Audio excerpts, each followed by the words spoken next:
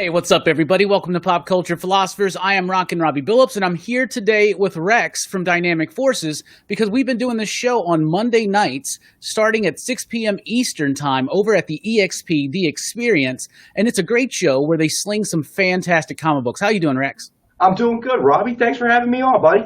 Of course, I really appreciate it. So tonight, everybody, what we're going to be doing is we're going to be previewing some of the comic books that are going to be on sale and available Monday night. And I'll be there on that stream. Rex will be there. It's going to be so much fun. I had so much fun with you this last week, Rex. It was a blast. We had a blast too, John and I. I mean, you have the same kind of warped sense of humor that John has. So it kind of works seamlessly, as I was mentioning before the broadcast. And it was great to have you on, and it was very nice for Robbie to invite me over and to figure out we philosophize on some pop culture and some comics tonight. Yeah, you know it, right? So why don't you tell everybody a little bit about what exactly that show is and how to and where to find it? And there will be a link in the description below to that channel so you know exactly where to go. Why don't you tell us a little bit about it and what to expect?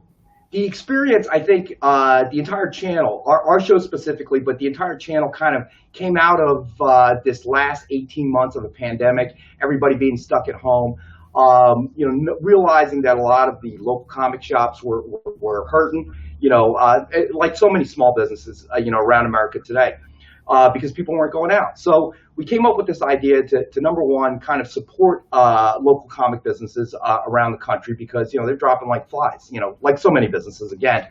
And to kind of grow the comic, collectability industry because we see billions and billions of dollars flowing into the MCU and DC universe and everything else.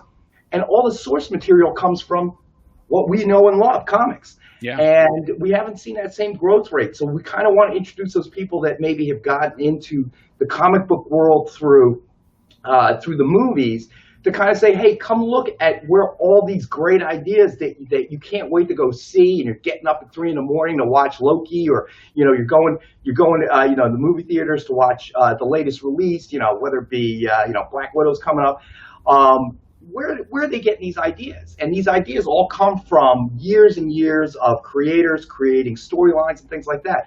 So we're hoping to introduce that, and obviously this is the new method of communicating with your audience out there. The world has changed quite a bit, and trying to bring people some interesting stuff they may not have seen before: signed comics, remarks, graded comics, and we talked about this on the show.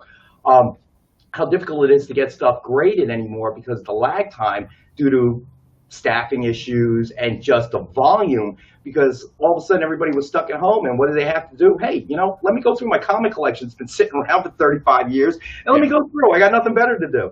So, the idea of the Experience and then the Comic Collectibles show that we do twice a week and the original art show kind of came from all of that, in that we were thinking, how do we reach people in this very trying and difficult time, and this is how we did it. And we've started to partner up and collaborate with other guys like yourself that have been doing this longer and trying to build that audience. And again, I gotta say, for all the pop culture philosophizers, fans out there, Robbie, this man knows his stuff, will drop some serious knowledge on you. Love your shows, man. I really do. Well, thank you for that. And y'all have had Jim Mint Collectibles on there before, and yes. Recently you had a cosplayer on there, and so you have really great guests. And that whole channel, the EXP, is really interesting and cool. It's almost like an ESPN for comic books. Like you just go there and there's going to be something on, right?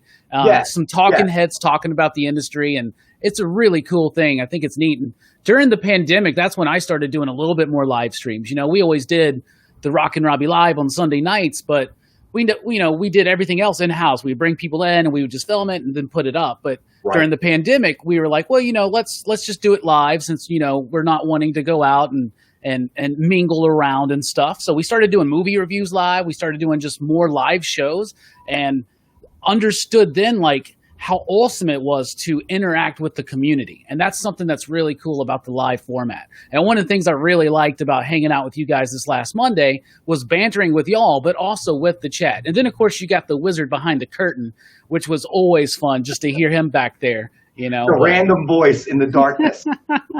The random voice in the darkness. All right, so I'm really pumped for this show coming up on Monday because we've got some really banging comic books, some remarks, some signed books, some CGC stuff. Rex, let's just run through the list and let people know what to expect on this Monday's show. Sounds good. With Saturday being Batman Day, we figured the show on Wednesday and the show on Monday is heavy on Batman. Kind of try to celebrate that. So we have first item up on the night will be the Batman and Robin #1, signed by artist Frank Quitely. And we've got only one available. A lot of the stuff that you're going to see on our show is onesies or twosies, just to kind of introduce a different kind of comic collectible to the fans out there. So that won't be signed, by the artist. Batman Beyond #50, signed by Dan Jurgens, is another one that'll be on. And Dan, obviously, a legendary creator, the man who killed Superman. And we all saw that in the movie. Again, the source material, right?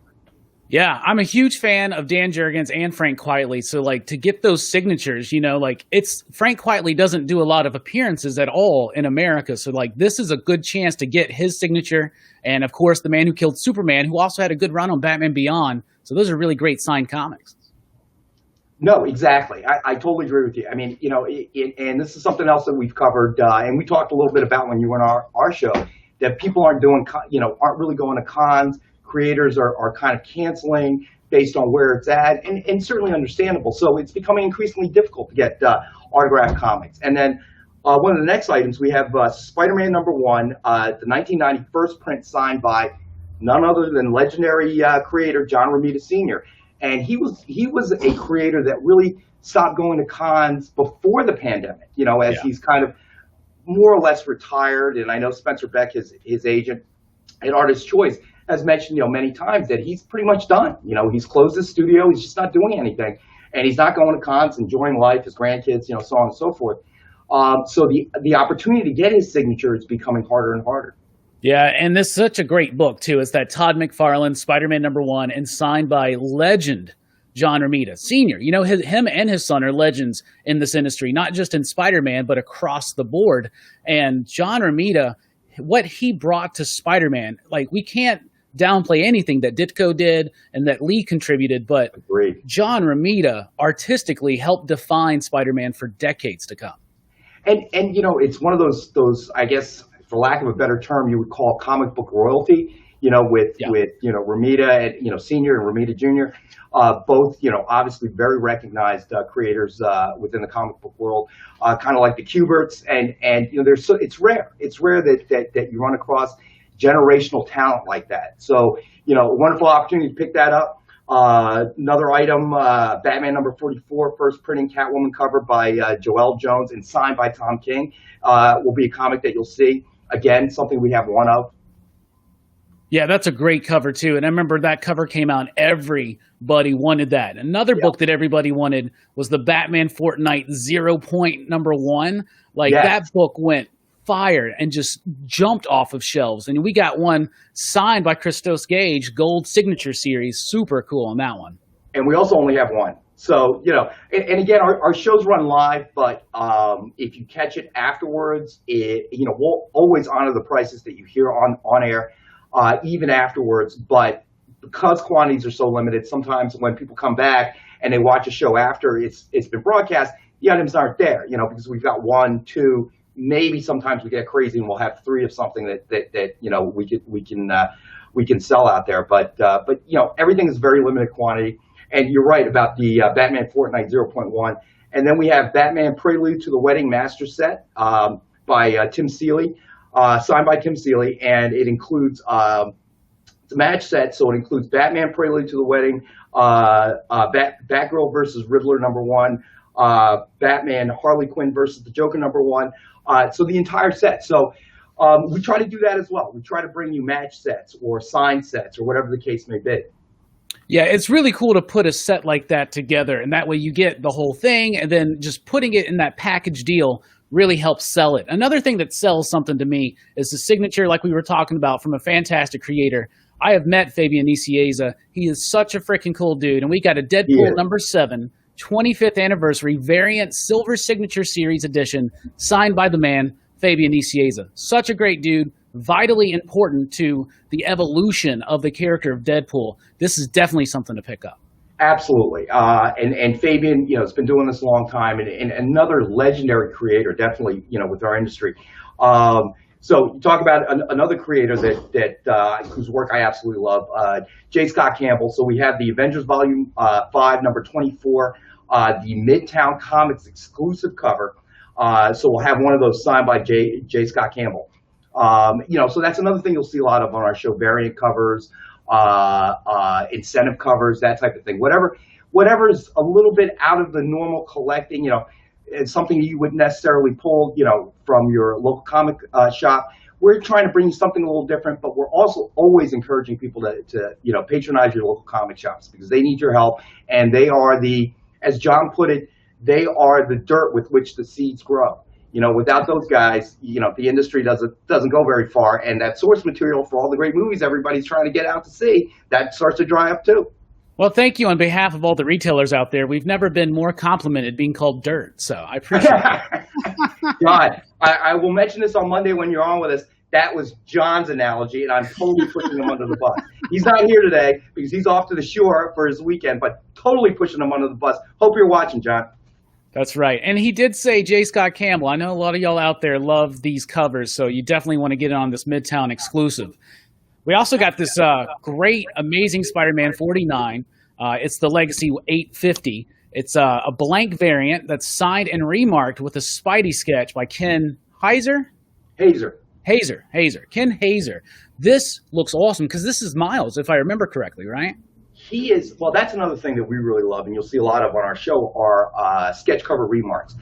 Ken Hazer steps beyond the normal, and the remarks themselves from any creator is fantastic, but he really goes that extra step. And we now have some viewers that have informed us they are collectors of remarks, which stands somewhere in between your normal comic that you would collect and an original piece of art. It's a unique, one-of-a-kind piece, and some of the stuff that Hazer does is absolutely amazing. So we have a lot of stuff. John and I are big fans. Sometimes we'll call the show the Ken Hazer Hour, if you will, because it's just the work that he does. The range that he has is just phenomenal. Yeah, I really, really like the Spider-Man cover. It pops, especially with the black and the red and everything. It's just amazing looking. So the other thing that we try to bring everyone, and we've talked a little bit about this, about getting comics graded and the backlog that they're faced with.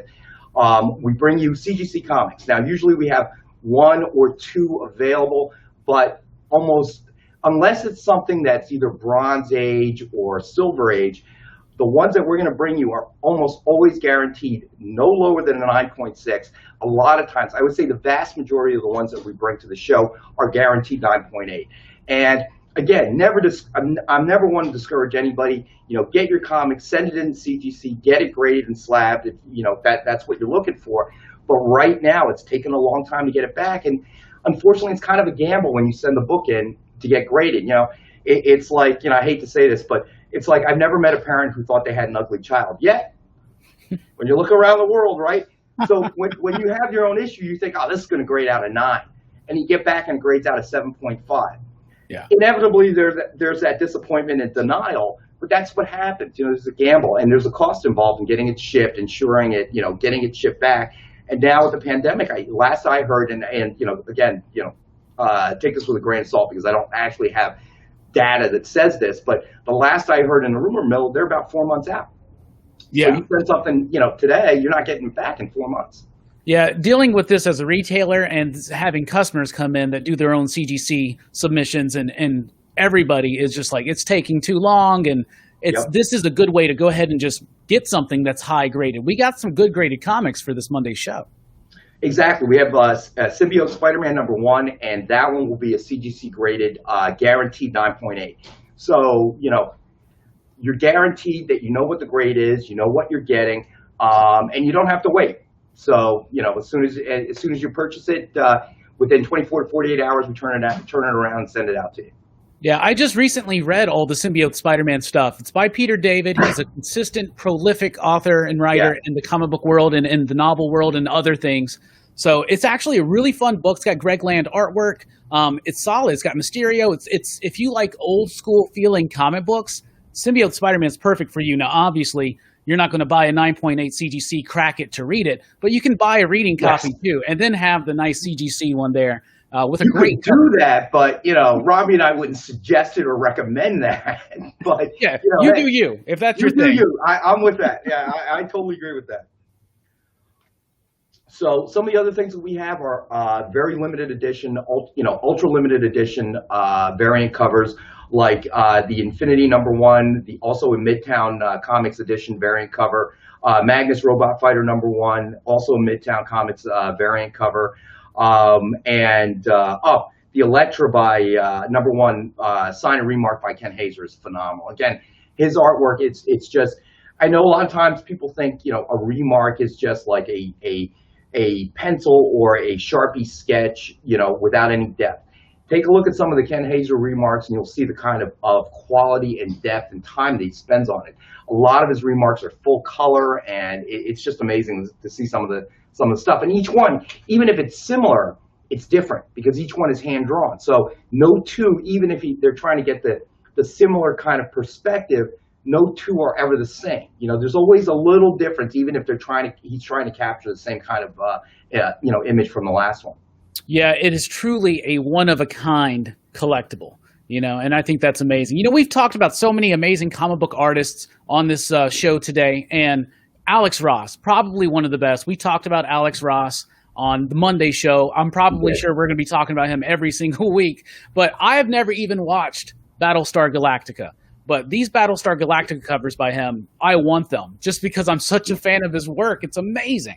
It's the first time I saw it, I think it was his Superman litho, and the first time I saw his work, I couldn't believe.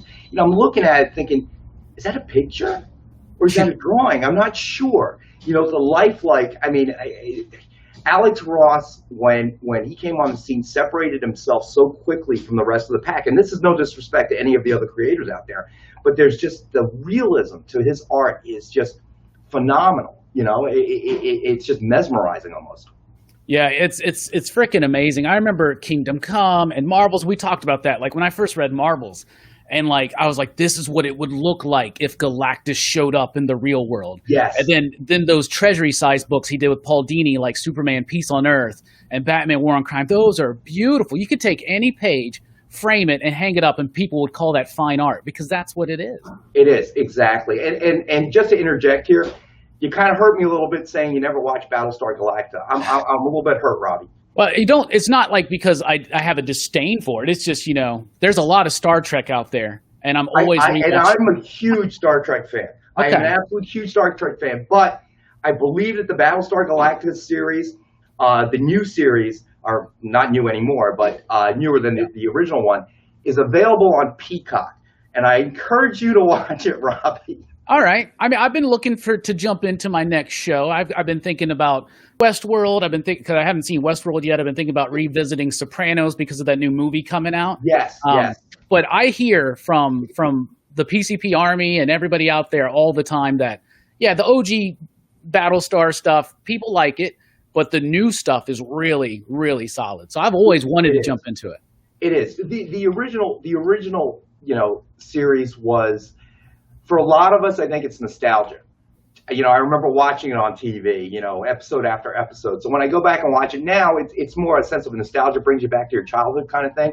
Yeah. But the new one was really just very well written, very engaging. A same but different sort of thing. Heck yeah. You're talking about the remarks again. We've got a Reed Richards by Ken, a Secret Wars #1, signed and remarked. Fantastic Four is my jam. I love them. This is a fantastic remark. And I know we'll probably be talking about it again on Monday, but man, everybody's hoping, fingers crossed, they'll finally get a good FF movie out there. Yeah. All right, fingers crossed. But fourth time's the charm, right?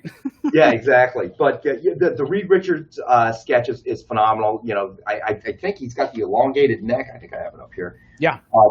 It's just, again, I'm as you can tell, a huge fan of Ken Hazer's work. Other than that, I'm thinking, we have several CGC 9.8 comics.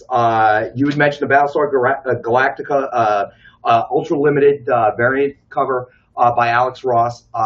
But essentially, that's what we try to do. try to introduce fans to something new, something they haven't seen before, another aspect of collectability in comics that they may not have run across, or maybe your LCS, they have to keep a certain inventory, and fulfill pull lists and things like that. They may not be able to have or carry an inventory, and that's one advantage that we have, being a publisher and then also a manufacturer through Dynamic Forces of different kind of collectibles, variant covers. We have access to this in our inventory that maybe an LCS cannot. But again, always recommend go to your LCS. Get your pull list from them. Check to see if they have a website. Different places have different rules nowadays. Maybe it's curbside. Maybe you can go into the store. I know we all miss going on Wednesdays, New Comic Book Day, hanging out at your LCS, just talking to people who have a similar interest, whether you're a lawyer or an accountant or a construction contractor. That one thing brings everybody together. And you asked what the channel was about. I guess it's sort of the virtual version of that. That's what we're trying to recreate, is that experience that you have at the LCS on a Wednesday, to talk to people with similar interests. And, we hope to be able to do that for people. I guess the world's kind of changing, how we receive our information and stuff and how we relate to one another is changing. And it's a lot of it's going digital. So, we're hoping to bring that to the comic collectors out there that maybe have been trapped in their house for 18 months. Yeah, right. I mean, and I love it too, because even, pandemic stuff aside, this is a way for fans and retailers and creators and publishers to connect that normally wouldn't. Like me and you wouldn't be able to sit down and do a show together today because we're like across the country from each other, right? Exactly. So, that's right. I forgot. I have to send you a care package with a cheesesteak in it. So, oh, yeah? Okay. Yeah, don't forget to remind me. It's going to be a rotting cheesesteak in a package. That's cool. Speaking of that technology has come a long way as well, man. Oh, yeah, that is right. I see this stuff. I was very tempted one time to order a Chicago pizza from Chicago and just be like, it's been a while since I've been in Chicago. So yeah, Chicago pizzas are more like quiche. Yeah, they are, right? I want to run through one more thing here that I know you were talking about, the 9.8 stuff, right? Yes. There's a Future State Next Batman #1, 9.8 that's going to be available. That is something to look forward to, because we know that at the end of Tynan's Batman run, Batman's going to kind of go off, leave Gotham, and do his own thing. Josh Williamson's taken over that title. And we just saw in the last week the launch of I Am Batman #1, which is the book that is Jace Fox, who is the new Batman of Gotham. Right. This is, I believe, like his first appearance as Batman is in this Future State Batman, Next Batman #1. So getting that at 9.8, this is something I guarantee you, this is a character that Warner Brothers and company have already probably started figuring out how to bring to TV, how to bring to video games, how to bring to film, right. Cinema.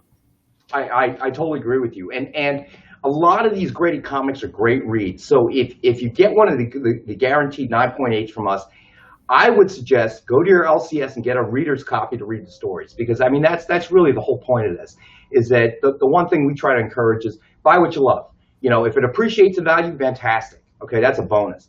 But ultimately, if you buy what you love and you love what you read, you're never losing out. Yeah, absolutely. So Monday night, 6 p.m. Eastern time, over at the EXP. There's going to be a link to that channel in the description. Do not miss out. On all my socials, I'll be pumping it up because I love chatting with Rex and John, and I love talking about comic books. So join us for great conversation and also some really great deals, because not only are these books going to be available, the prices that they come up with are insane. Rex, y'all do some crazy deals on these Mondays. We try to. Yeah, we're trying to, the whole purpose is to get it into the hands of collectors, whether they be longtime collectors or new collectors. So, we try to put it at a price that makes it almost impossible not to, if you're interested in starting a collection or adding to the collection, whatever the case may be. But, I got to say that we're liable to talk about anything on our shows. That's part of the magic, I think part of the fun. Since Robbie started hanging out with us, it's been even more interesting because now there's 3 of us, and John and I aren't that bright. So Robbie brings that knowledge and intelligence, to the show, which I think we were kind of missing. Well, don't sell yourself short. Y'all are pretty knowledgeable too. So I love you. I loved hanging out with you guys. I'm excited to do it again. I hope everybody joins us, and you got a nice preview of what's coming up, but there are going to be some other surprises. So you don't want to miss out. Some great books, Silver Age stuff may be appearing too. So you never know what to expect because it gets crazy on Monday night. So be sure to join us. Rex, thank you so much for being here to preview what's coming up. Absolutely. Everybody out there in the PCP Army, I hope you join us on Monday night. Like I said, the link, all that stuff's in the description. I'm Rockin' Robbie. Thanks for rocking with us. Station.